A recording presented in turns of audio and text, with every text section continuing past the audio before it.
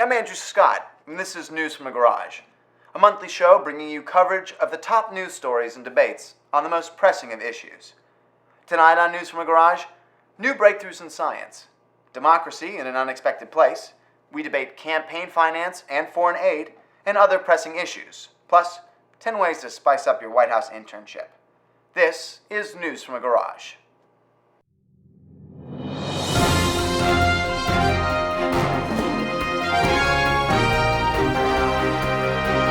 This is Local News.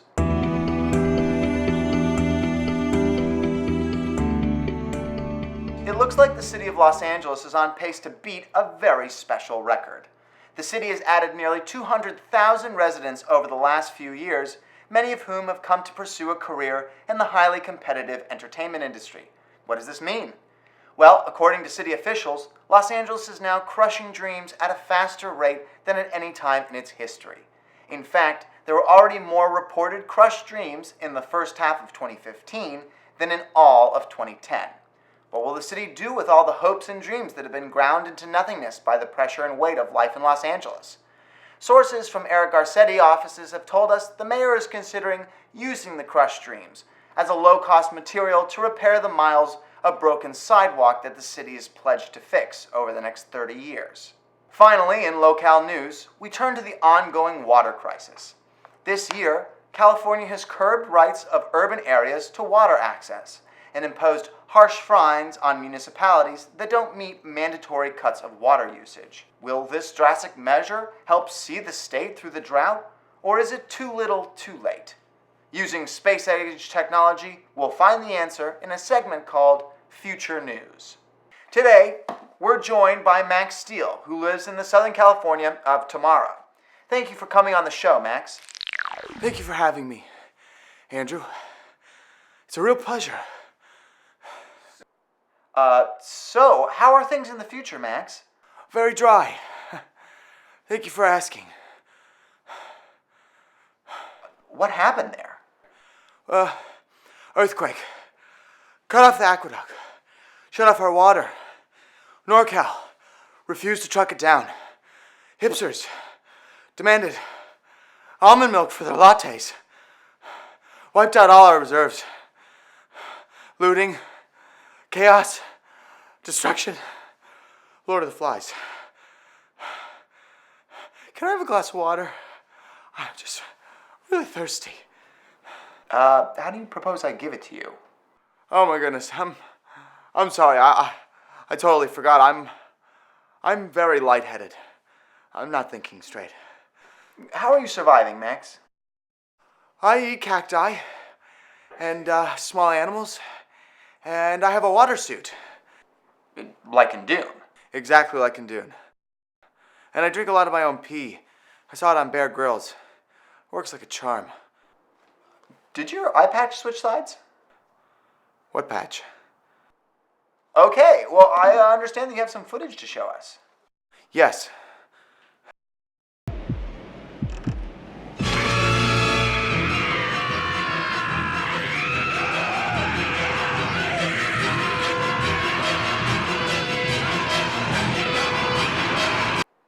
Okay, that looks a lot like Mad Max. Yeah, I'm pretty sure that's Mad Max starring Mel Gibson. Turned out to be hauntingly accurate. I'm sorry, but Max, do you hear something? Oh no. The Raiders. They're back. Must defend the fire. Good luck with that, and thank you so much for joining us. Thank you. May your death be swift. What? That's just something we say nowadays. Max, out. Okay. That was Future News. Those are all the stories from Southern California. We'll be back with national headlines on News from a Garage after a quick message from our sponsors. I'm a boy named Sue, and I'm a lawyer. My daddy named me Sue to make me tough as nails, and it worked. I'm Sue Dobbin, and I'll sue for you. I'll take on anyone, and I never back down from a fight. You ever drank hot coffee that's too hot, and then you burn your tongue, and then you rub it on the back of your teeth, but that only makes it worse, and then it takes the joy out of eating, like all day. Fight fire with fire, and sewer. I'll take on any case, and I don't get paid till you get paid. So call now, 1-800-JUST-SUE. That's right, 1-800-587-8783. Call now and get to suing.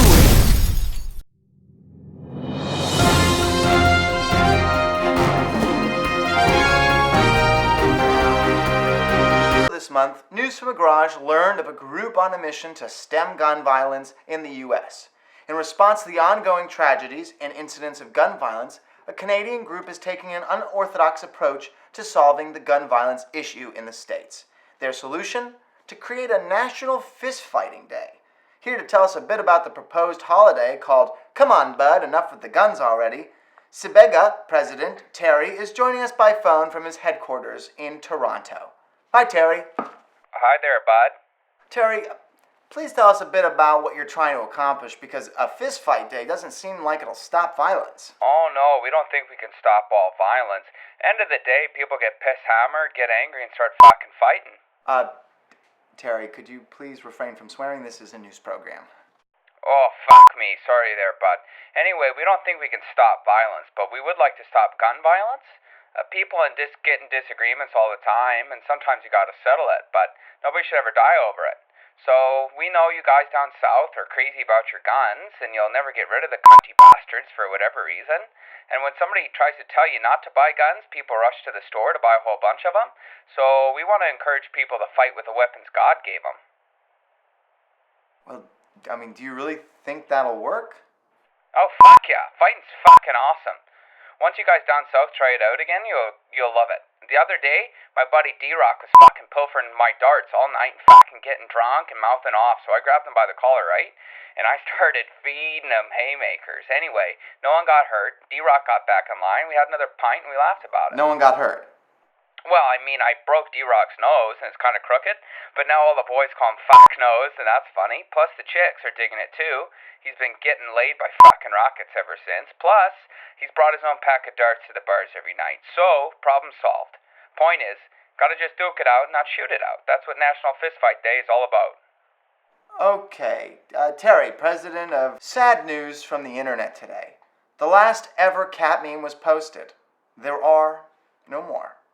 People all over the world are mourning the loss of the only thing that brought them some shred of happiness and meaning while they sat in front of their computers at work procrastinating. The memes will be missed. Now, we want to bring you some news of new technological advances.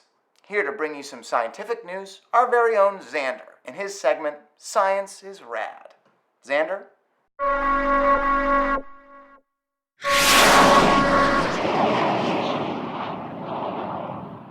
Oh, dude. I saw something yesterday that just blew my mind, okay? And yes, it was on the internet. The hover bike. 50% motorcycle, 50% helicopter, 100% rad. There are 4 propeller things that keep it off the ground, and they're guarded, so they're not chopping up people as they're going around. And there's a place to sit in the middle, and it's just so beautiful. The American military has decided that they want a piece of it, because who wouldn't want to, but I think they're probably going to weaponize it by putting landmines or Tomahawk missiles or special forces or something. But the UK company that's actually making these things are still going to sell it to people like you and me. So in 10 years, me and my buddies, we can be flying around on hover bikes. And that is why science is rad. Finally tonight, some great news. We've been waiting for years to air a segment we thought of but haven't been able to use before. Democracy Works!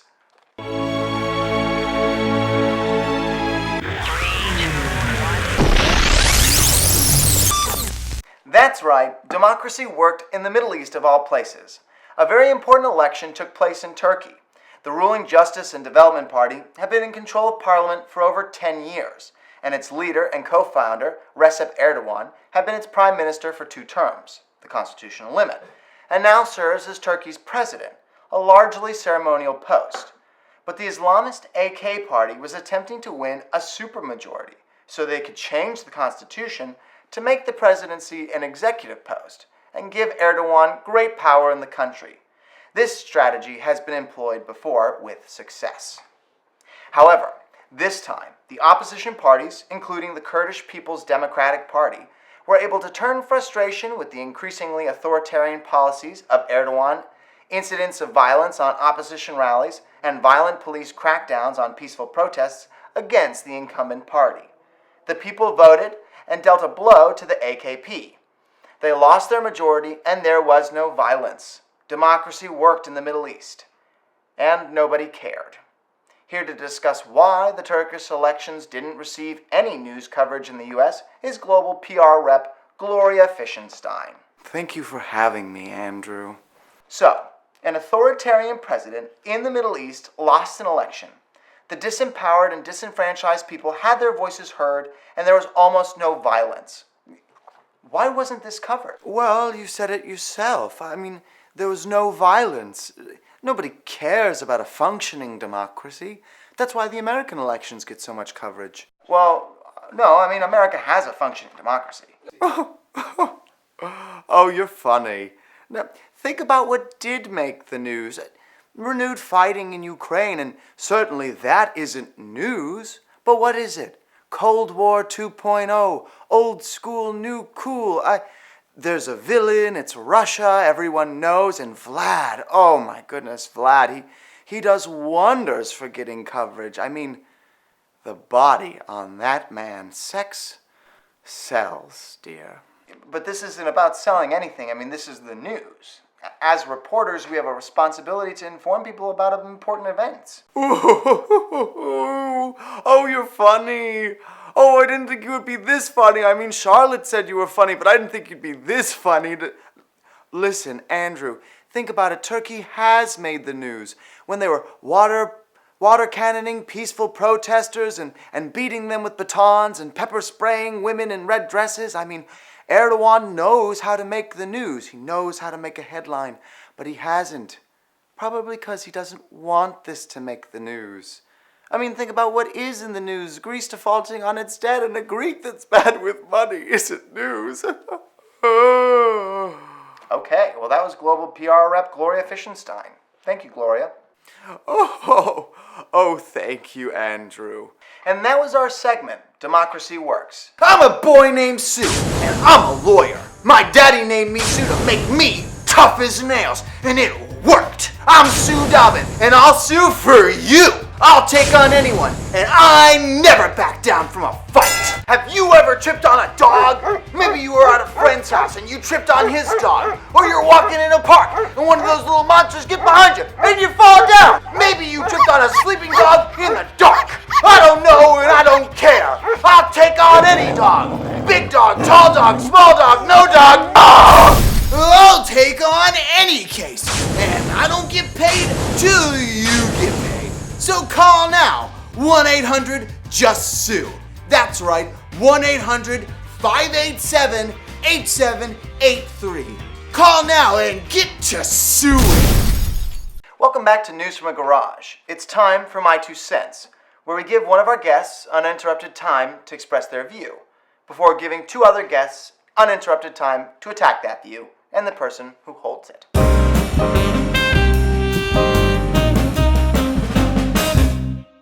First up on My Two Cents, we'll be talking about the legalization of marijuana. We all know that attitudes towards marijuana have been shifting. 23 states have legalized medical marijuana, while 4 states and the District of Columbia have made recreational use of the drug legal.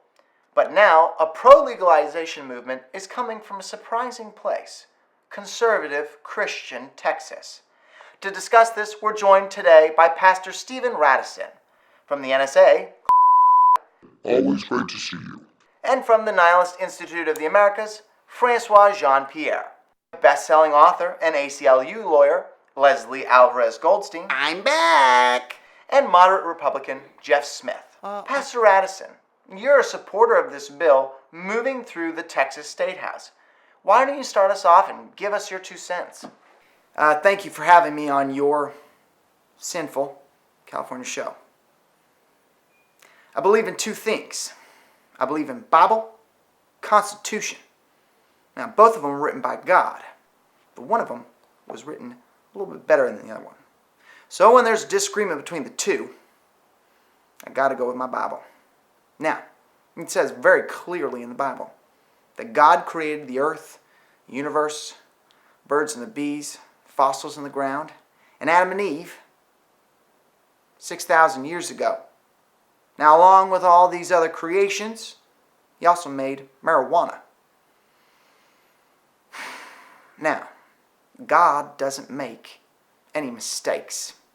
What is a mistake is for the federal government and Obama to tell me that I can't smoke one of God's creations. I think that God put that plant on this planet and intended for us to use it. Now, I derive no pleasure from its use. Pleasure is sinful.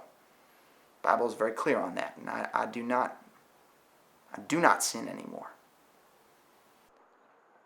Okay, so that was your 2 cents. Who would like to attack this view? This man is as stupid as the Texas bill he supports. His idea is flawed, most obviously, because God does not exist. We are alone on a ship adrift with no captain. Secondly, I hate the usage of marijuana. Life is pain and suffering. Using marijuana reduces one's ability to experience the pain, experience the shit of life. I also disagree. Legalizing marijuana is a terrible idea. Then anyone can grow it. It is a weed. However, medical marijuana is a great system. You want marijuana? Go to a doctor. Put your name in writing. Get on a list. Then go to a dispensary. Put your name in writing. Get on a list. Then, when you buy your marijuana, buy it with a credit card. That way your purchase is on a list. That way we can know what the American public is up to. Because we care. And no one calls to check in anymore. Wow. Thank you, panel. None of that made any sense. Moving right along. Earlier in the show, we talked about the U.S.'s decision to store heavy weapons in Eastern Europe, which provoked a hostile response from Russia. Many people have been criticizing U.S. military intervention in Syria and Iraq, and recently people are questioning the merits of humanitarian aid when it was discovered that the hundreds of millions of dollars raised by the Americans to benefit Haiti after the earthquake were mostly squandered, and almost no progress has been made. Which brings us to our next question. Should the U.S. provide either military or humanitarian aid to foreign countries? What's your 2 cents? Does a butterfly recognize its own beauty? No. American military aid is stolen and used against us or our allies. Humanitarian aid is hijacked by warlords or greedy corporate charities, only empowering those already in power and disenfranchising those we choose to aid. We are born alone. We die alone. Such is life. The rest of the world must come to understand this, that the United States will not come to their rescue. We only make things worse. Very uplifting, Francois, thank you. Does anyone have a rebuttal? This is ridiculous. I can wholeheartedly agree that military aid is a disgrace. I mean, it's a way for the right to get rich off of tragedies, and it has a track record of never working. Now, humanitarian aid, on the other hand, is a completely different story. I mean, my friends over at the American Red Cross have been doing a lot of great work raising hundreds of millions of dollars for Haitians, and that's work that needs to continue. Well, I understood you only built 6 houses. Yes, they're actually model homes, so no one's technically living in them per se, but they are very nice. Well, what happened to the rest of the relief money? Thank you for having me, Andrew. Okay. Jeff, you've been quiet. What do you think about providing aid overseas? Well, I think in either case, they're both positives and negatives. Military aid sometimes is really necessary in order to honor our alliances and to strengthen our trade partners. humanitarian aid sometimes is also really necessary because people in conflict zones can be really hurting, and that aid can really come in handy and also prevent the possibility of us needing to give military aid. So that actually makes solid economic sense. In either case, we really need to ask ourselves the question whether getting involved is going to make the situation better or make the situation worse. And whoever we give our money or our weapons to, they need to be vetted and they need to be held to a strict accountability system in order to make sure that our money and our weapons are going to the right people. Well, it looked like you might have been making some good points, Jeff, but I really couldn't hear you. Never really hear from moderate Republicans these days. Anyway, that was my 2 cents. Thank you, panel. We'll be back with more News from a Garage after this message from our sponsors. I'm a boy named Sue, and I'm a lawyer. My daddy named me Sue to make me tough as nails, and it worked. I'm Sue Dobbin, and I'll sue for you. I'll take on anyone, and I never back down from a fight. Have you ever contracted HPV? Sure, everyone's got it, but the real question is who gave it to you and suing them. I'll go through your entire sexual history to find out who gave you HPV so you can get justice through financial compensation. I'll take on any case, and I don't get paid till you get paid. So call now, 1-800-JUST-SUE.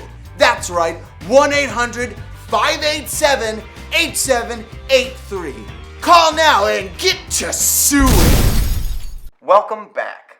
Now on News from a Garage, it's time for Beef, where we take 2 diametrically opposed debaters and put them head to head. Joining us today, Peaches, the neoconservative clown, and Leslie Alvarez Goldstein. This is Beef.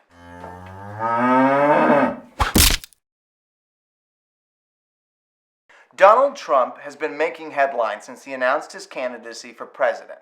He's certainly not the first billionaire to run for president, and if he won, he wouldn't be the first wealthy president. But does this big money really belong in American politics? This is truly great, Andrew. Remarkable.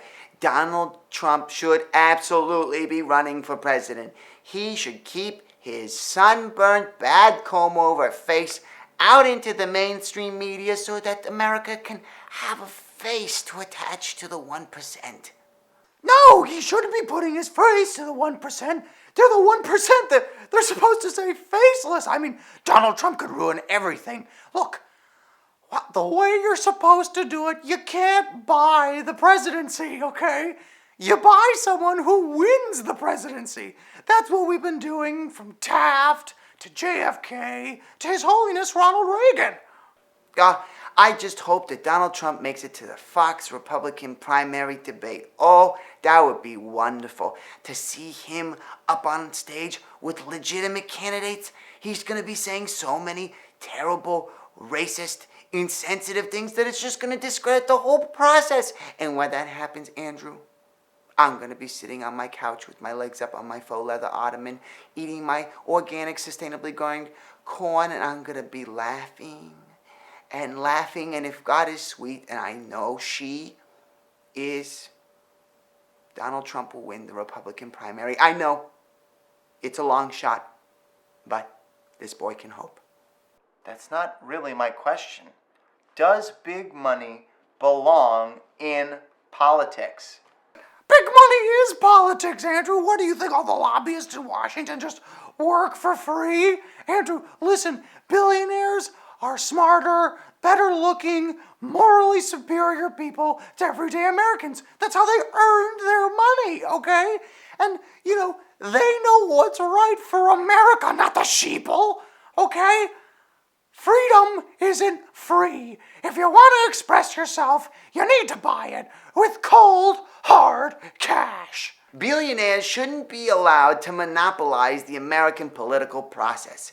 I mean, if they're going to use their wealth and influence to reduce emission limits or deregulate industry or labor for their own personal gain, that should absolutely not be allowed.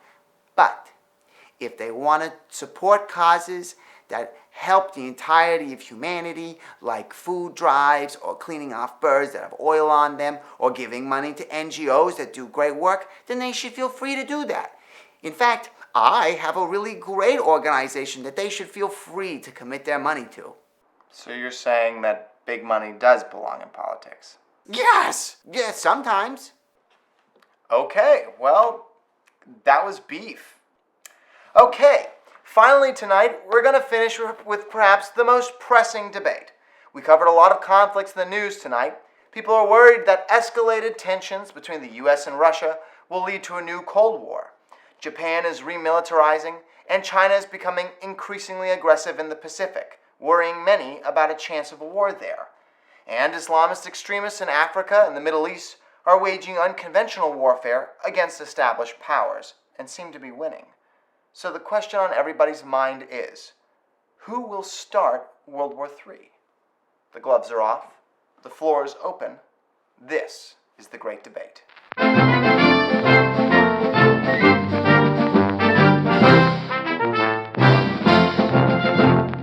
Well, I don't really think that that's really a necessary question to ask, because I think we can avoid World War III if we use diplomacy and common sense economic policies that employ and empower people around the world. Shut up!